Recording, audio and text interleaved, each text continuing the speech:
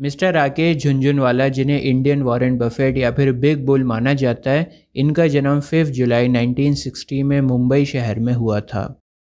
झुनझुनवाला मुंबई में ही बड़े हुए, जहां पर उनके फादर इनकम टैक्स ऑफिसर थे। बहुत छोटी उम्र में ही राकेश को स्टॉक मार्केट से प्यार हो गया था।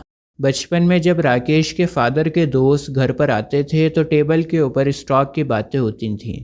कौन सा शेयर बढ़ेगा, कहाँ पर पैसा आ रहा है, कौन सा सेक्टर में पैसा बनेगा, वगैरह वगैरह। राकेश बहुत छोटे थे, वो अपने फादर से पूछते थे कि ये स्टॉक्स क्या होते हैं, यहाँ पर पैसा कैसे बनता है। राकेश के फादर उनके बच्चों वाले सवालों को टालते नहीं थे, बल्कि उन्हें बहुत अच्छे से समझाते थे। राकेश जब बड़े हुए तो उन्होंने अपने फादर से ज़िद करी कि मुझे भी स्टॉक मार्केट में आना है। उनके फादर ने डांट लगाकर कहा कि पहले अपनी पढ़ाई पर ध्यान दो, पढ़ाई करो पहले। 1985 में सीए करने के बाद राकेश ने दोबारा अपने पिताजी से कहा कि मुझे स्टॉक मार्केट में अपना करियर बनाना है, अब तो मैंने पढ़ाई भी कंप्लीट कर ली। राकेश के फादर ने थक हार कर कहा, ठीक है, अगर तुम्हें मार्केट में इंटरेस्ट है तो तुम करो, मैं तुम्हें नहीं रोकता, लेकिन मेरे पास या मेरे दोस्तों के पास पैसा मांगने मत आना।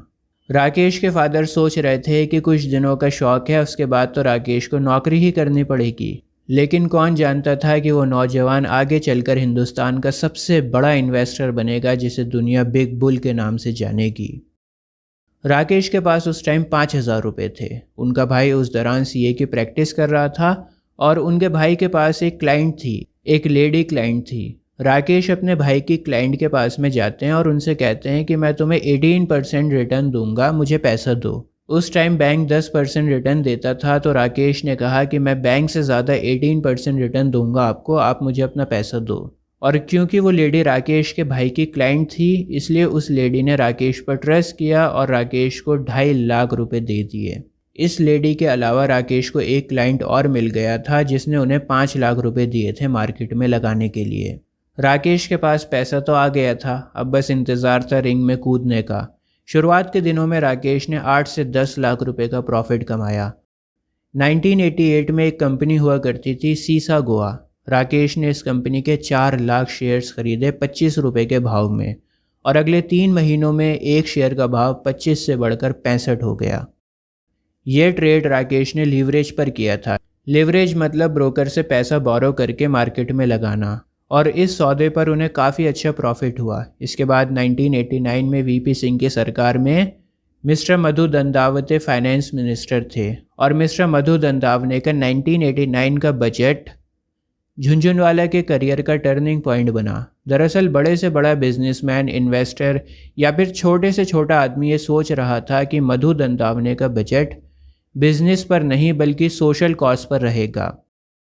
1989 में हर कोई मार्केट में मंदी एक्सपेक्ट कर रहा था, लेकिन राकेश को लगता था कि वीपी सिंह ठाकुर हैं और बहुत अच्छे से धंधे को समझते हैं, और इसीलिए वो ऐसा बजट बिल्कुल पेश नहीं करेंगे जो धंधे को नुकसान पहुंचाएगा।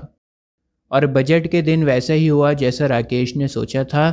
बजट बिजनेस को सपोर्ट करने वाला था। बजट से पहले मिस्टर राकेश झुनझुनवाला के पास 2 करोड़ रुपए थे, और बजट के 4-5 महीने बाद झुनझुनवाला के 2 करोड़ रुपए 40 से 50 करोड़ रुपए में बदल गए।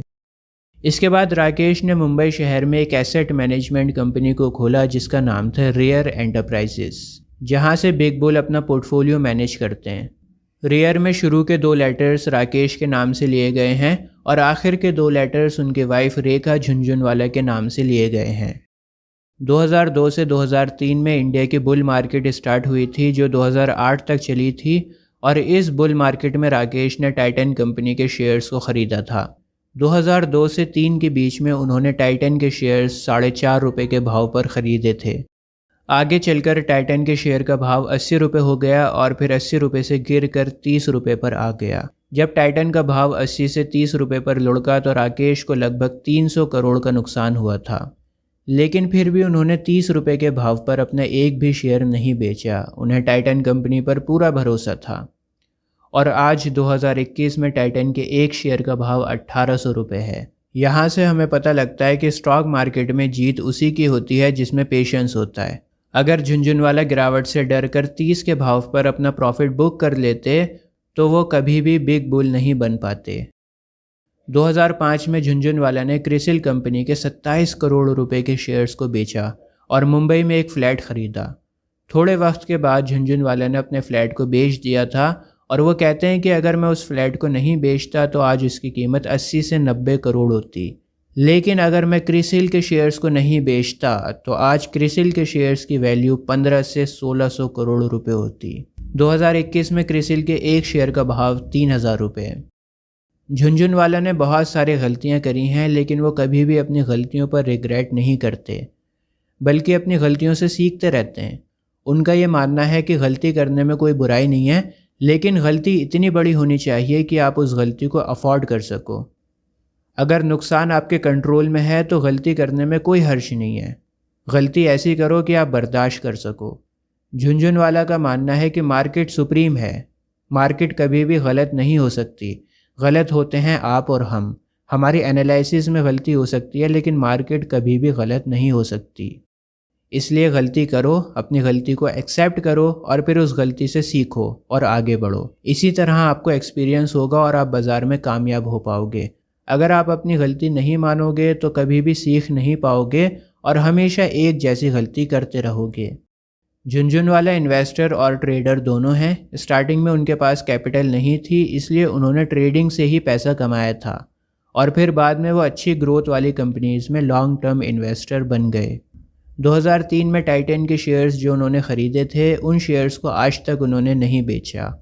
मिस्टर राकेश झुनझुनवाला ने अपनी ज़िंदगी में कुछ मल्टी बैगर स्टॉक्स को चुना है जिन्होंने उनकी ज़िंदगी बदल दी, जैसे CRISIL, Praj industries, lupin, Titan.